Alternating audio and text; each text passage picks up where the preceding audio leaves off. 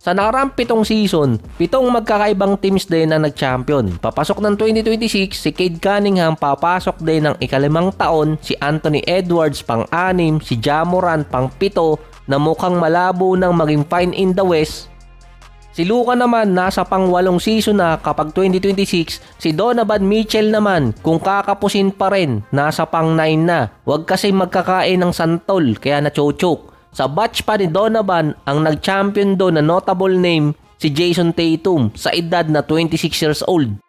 Sa batch naman ni Luka noong 2018, si SGA sa edad na 26 years old bago mag-27 at si MPJ naman sa edad na 24.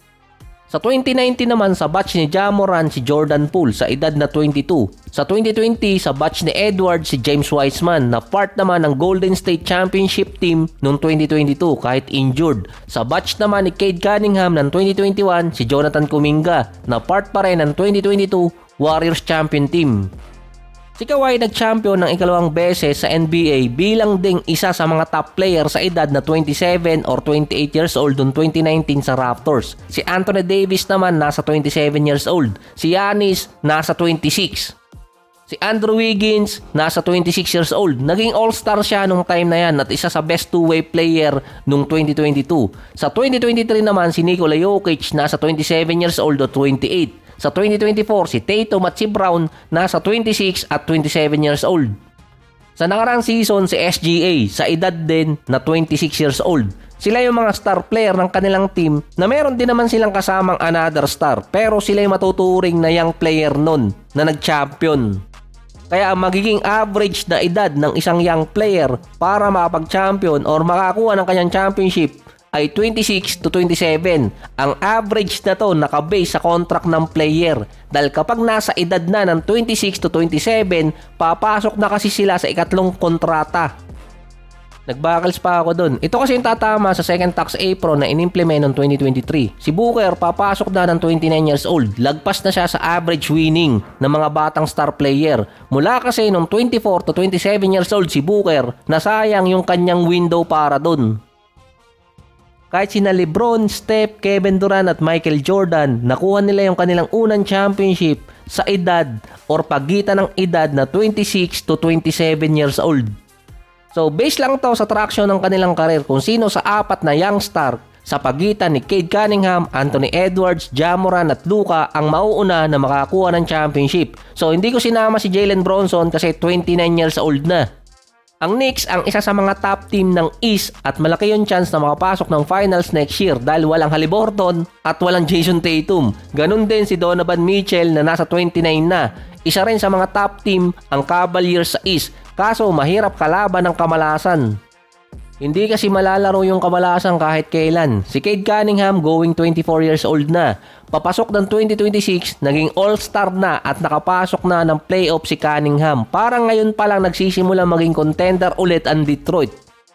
Kaso lang may kasabayan si Cunningham na isang team at isang young player, si Paolo Banchero ng Orlando Magic na minamadali nila yung kanilang transition kumpara sa Detroit na dinaan talaga sa rebuild. Bukod kay Cunningham, andun yung mga batang players tulad ni Jalen Duren, Jaden Ivey na hindi pa alam kung makakabalik ba agad at si Ausar Thompson na meron silang 3 to 4 years para maging contender at papasok sa average ng young star na nanalo ng championship.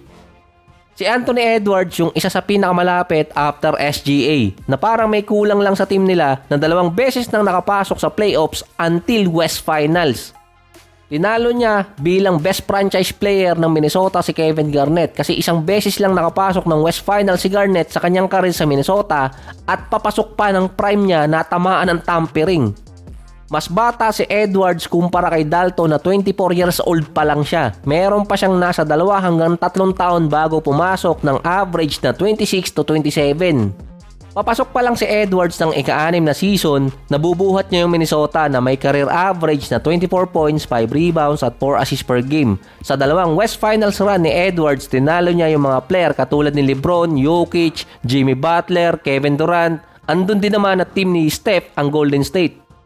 Kaso hindi siya makalagpas sa isang young star player katulad ni Luka at ni SGA. Dati bago talaga makapasok ng West Finals itong si Anthony Edwards, tinatalo siya ng isa ding young star na katulad ni Ja Morant. Sa OKC kasi may isang young star na kasama si SGA, si Jalen Williams. Dito naman sa Dallas, kasama ni Luka yung isang veteran player si Kyrie.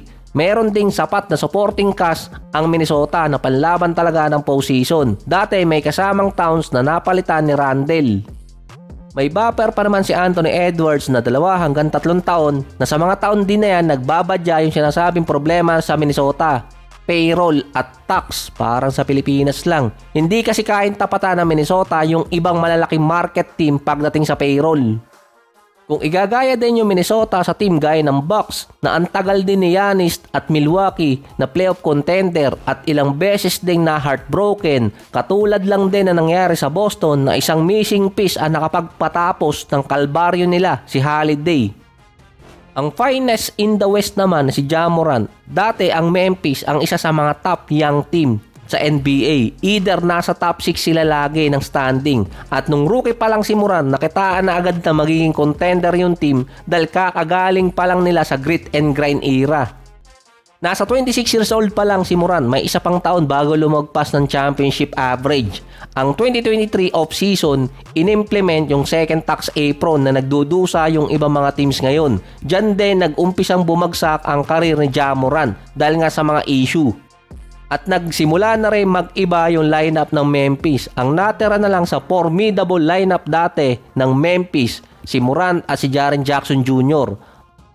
Nasa Memphis si KCP, andun pa si Brandon Clark at Jack Landale, kasama pa yung iba mga veteran player na maituturing. Pero ang maituturing mo talagang veteran player ng Memphis si Morant at si Jaren Jackson Jr. Dahil yung iba mga kasama talaga ni na Morant, mga batang player pa. At yung mga kasama nilang player na nasa edad 26 until 30 pataas pa, mga role player, hindi star player or kaya hindi legitimate starter. Yun ang pinagkaiba ng Memphis sa mga teams gaya ng Minnesota, Detroit na merong legitimate veteran starter sa lineup nila. So, pinakamalapit talaga kay SGA na pumasok sa championship or makakuha ng unang championship niya si Luka. Sakto sana kung hindi siya na-trade sa Lakers dahil 26 years old na si Luka na bago matapos yung 2026 season, magiging 27 years old. Dumaan din siya ng step-by-step process. Nag-playoffs, tapos nakapasok ng West Finals, sinundan na nakapasok ng Finals. Ando na walang missing piece dahil nga na-outplayed talaga sila ng Boston noong 2024. Tapos na rin yung in-between season ni Luka na sinundan nga lang ng pagkakatrade sa Lakers na doon na parang naulit-ulit kay Luka yung mga pinagdaanan niya dati sa Dallas at hindi pa alam kung ano ang magiging trajectory ng karir niya sa Lakers.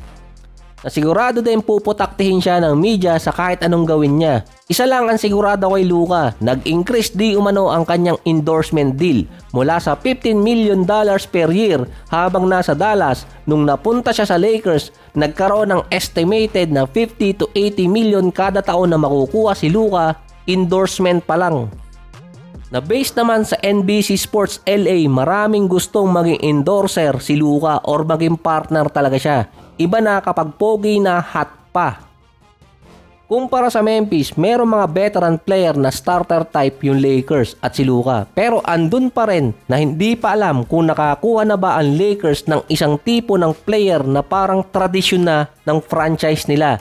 Isang legit star big man tulad ni Anthony Davis, Shaq, Kareem, Pau Gasol, Wilt, kahit pa yung ibang mga legend.